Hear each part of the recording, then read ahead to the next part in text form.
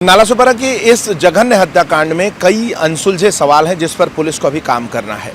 7 दिन की police custody, ये 7 दिन की पुलिस कस्टडी पुलिस के लिए बहुत इम्पॉर्टेंट है, क्योंकि इन्हीं 7 दिनों में पुलिस को वो सारी चीज़ें रिकवर करनी है जो चमन देवी ने यानी चमन चौहान ने हत्या में प्रयोग किया था। पुलिस को वो अनसुलझे सवालों को सुलझाना है। आखिर उस रात क्या हुआ था जब चमन चौहान ने विजय चौहान को रास्ते से हटाने का निर्णय ले लिया? क्या उसमें सिर्फ प्रेम संबंध था? मोनू के पाने की चाहत थी? एक 6 साल के बच्चे की माँ फिर से दोबारा अपना घर क्यों बसाना चाहती थी? उसका घर पहले से ही बसा हुआ था।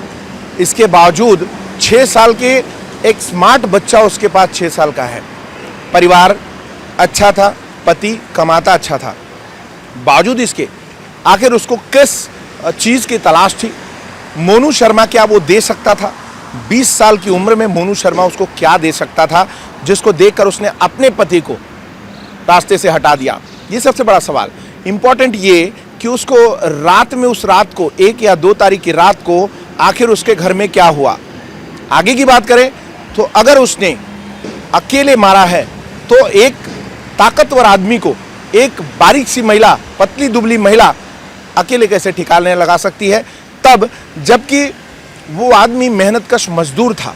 एक मजदूर का हाथ हथौड़े से भी मजबूत होता है। ऐसे में एक बारीक सी महिला उसको कैसे ठिकाने लगा सकती है? इंपॉर्टेंटली आगे चले, अगर देखा जाए, ये मान भी लिया जाए कि उसने उसको नींद की गोली दी होगी, उसके हाथ पांव बांधे होंगे और उसको मौत की नींद सुलाया होगा। इसके बाद कहा जाता है कि इंसान मरने के बाद 4 गुना अधिक भारी वजनी हो जाता है। तो उस दौरान जब चमन चौहान ने अपने पति की हत्या कर दी होगी और उस दौरान उसके बाद उसकी लाश को खुद अकेले कैसे उठाया होगा? मोनू शर्मा और मोनू शर्मा के साथ कोई और, ये सवाल खड़ा होता है कि और कितने लोग होंगे? क्या इस हत्याकांड के समय मोनू शर्मा या उसके दोस्त या अन्य कोई लोग शामिल थे? अगर नहीं तो सवाल ये उठता है कि उस महिला ने अकेले इतना बड़ा बोझा कैसे उठाया होगा? दूसरी चीज़, उससे आगे चलते हैं। सवाल ये है कि उस महिला ने 2 तारीख की रात को अगर मर्डर किया होगा तो उसने फिर वो गड्ढे कब खुदवाए? क्योंकि जब विजय चौहान घर में मौजूद था तो उसके सामने तो गड्ढा खोदा नहीं गया, यानी उसको मौत की नींद सुलाने के बाद ही गड्ढा खोदा गया। यानी सामने ये आता है कि जब गड्ढा खोदा गया तो उस समय विजय चौहान मौजूद था, लेकिन लाश के रूप में, यानी उसकी लाश वहाँ पर छुपाई गई और वहाँ पर छुपा के फिर मजदूरों को बुलाया गया और उस पे गड्ढे खुदवाए गए और उसके बाद उसकी भारी भरकम वजनी लाश को उस कब्र में या जो भी कहें उस गड्ढे में डाला गया होगा और उसके बाद उसको ठिकाने लगाए जाने की योजना। इसमें कितना समय लगा होगा? क्या वो दरवाज़ा बार बार खुल रहा था या उस घर का दरवाज़ा एक ही बार खुला और उसके बाद काफ़ी समय बाद खुला? वहाँ पे अगर सीसीटीवी होती तो सीसीटीवी में ये चीज़ें रिकॉर्ड हो गई होती, लेकिन दुर्भाग्य से उस गली में, उस क्षेत्र में, उस आसपास कोई सीसीटीवी मौजूद नहीं है। तो अभी भी पुलिस को इस पर मशक्क़त करनी है। जो कहानी अभी तक सामने आई है 3 दिनों में, उसमें ये है कि जो चमन चौहान है वो पूरे इस मामले की रणनीतिकार है, यानी उसने ही ये सारा कांड रचा है। मोनू को उसने कहाँ पे इस पूरी सीरीज़ में उसने कहाँ शामिल किया, अभी इसकी कड़ी सुलझनी है। इसके बाद लाश को ठिकाने लगाने के लिए उसने किसका सहारा लिया? अपना, मोनू का, या और भी कोई लोग हैं जिसकी वजह से ये लाश ठिकाने लग पाई?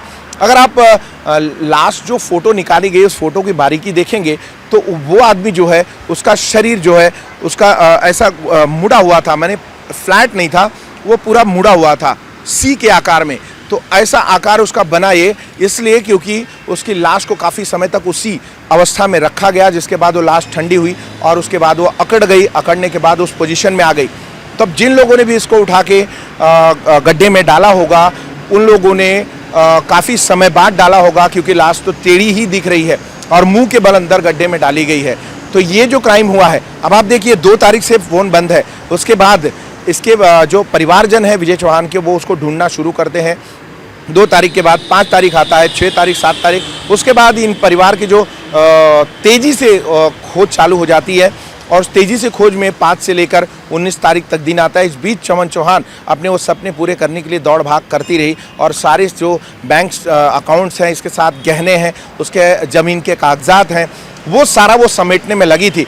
इतनी शातिर औरत कि उस रात की हत्या करने के बाद वो अगले 15-20 दिन तक उसी जगह पे खाती पीती सोती रही। अगर इस पे बारीकी से देखा जाए तो ये एक सामान्य आदमी जिसकी चेतना जिंदा हो और जो मानसिक रूप से स्वस्थ हो, या यूं कहिए कि जिसके अंदर भावनाएं जिंदा हो, वो ऐसा कांड तो कर नहीं सकता। क्योंकि जहाँ पे ये मौत हुई है, जहाँ पे ये हत्या हुई है, उसके आसपास के लोग, उनकी नींद हराम है और एक महिला उसी घर में अकेले बच्चे के साथ रह रही है। यानी ये घटना ये दर्शाता है कि उसका विजय चौहान से पूरी तरह मोह भंग हो गया होगा। और सिर्फ मोह भंग होना इस हत्या का कारण नहीं बन सकता। वो ईर्ष्या में तप रही होगी, वो ईर्ष्या में वो दुश्मनी निकाल रही होगी। आपने देखा हत्याएं कई प्रकार की होती हैं। इंसान कभी धड़ से सर अलग कर देता है, कभी जहर देता है, कभी तमाम तरीकों से। लेकिन इस हत्या में अगर आप देखेंगे तो उससे बदला लेने, उसमें ईर्ष्या का बहुत बड़ा रोल नजर आ रहा है। क्योंकि महिला संतुष्ट होके, खुश होके और आराम से रह रही है, कंफर्टेबली रह रही है। इसका मतलब ये था कि वो विजय के साथ रहने से, विजय चौहान के अपने साथ रहने के बाद वो अनकंफर्टेबल रही थी और बहुत ज़्यादा अनकंफर्टेबल रही होगी, या फिर इनके बीच मारपीट का दौर चल रहा होगा। और उस मारपीट के दौर में चमन चौहान ने डिसाइड कर लिया होगा कि अब हमें विजय चौहान को और नहीं झेलना है। फिलहाल अब उसने अपने सपने पूरे करने के लिए जो राह चली थी, उस राह में कांटे बिछ चुके हैं, कानून के शिकंजे के और फंदे में वो आ चुकी है। और अब आने वाले दिनों में वो जेल की सलाखों के पीछे जाएगी हमेशा हमेशा के लिए। क्योंकि जिस तरीके का एक हीनियस क्राइम हुआ है, रेयर केस हुआ है, ऐसे केसेस में कोर्ट हर बारीकियों पर अमल करके ही सुनवाई करती है। मीडिया जो खबरें देता है उस पर भी माननीय जज इन लोगों का जो रहता है, ये उनकी भी निगाह रहती है। जो भी आप देखेंगे, जो भी मुद्दे मीडिया में आ गए, उस पर जजमेंट बहुत सोच समझ के किया जाता है। क्यों? क्योंकि लोगों के उससे सेंटीमेंट जुड़े होते हैं और उसके बाद उस पर आया हुआ एक भी गलत निर्णय आलोचनात्मक तरीके से बाउंस बैक होता है जुडिशरी पे। तो कुल मिला के ये है कि अभी तक 3 दिन के पुलिस कस्टडी, 7 दिन की रिमांड में 3 दिन बीत चुके हैं। और 3 दिन में पुलिस के लिए उपलब्धि ये है कि उन्होंने उसका मोबाइल बरामद कर लिया है, फावड़ा बरामद कर लिया है और उसके साथ सामान जो उठाया जाता है वो बरामद कर लिया है। अब उनको बरामद करना है वो सामान जिससे इसकी हत्या हुई, वो दवाइयाँ अगर खिलाई होंगी तो दवाइयों का प्रिस्क्रिप्शन, वो लोग जिन्होंने गड्ढा खोदा है, वो लोग जिन्होंने उस लाश को अंदर दफन करने में मदद की है।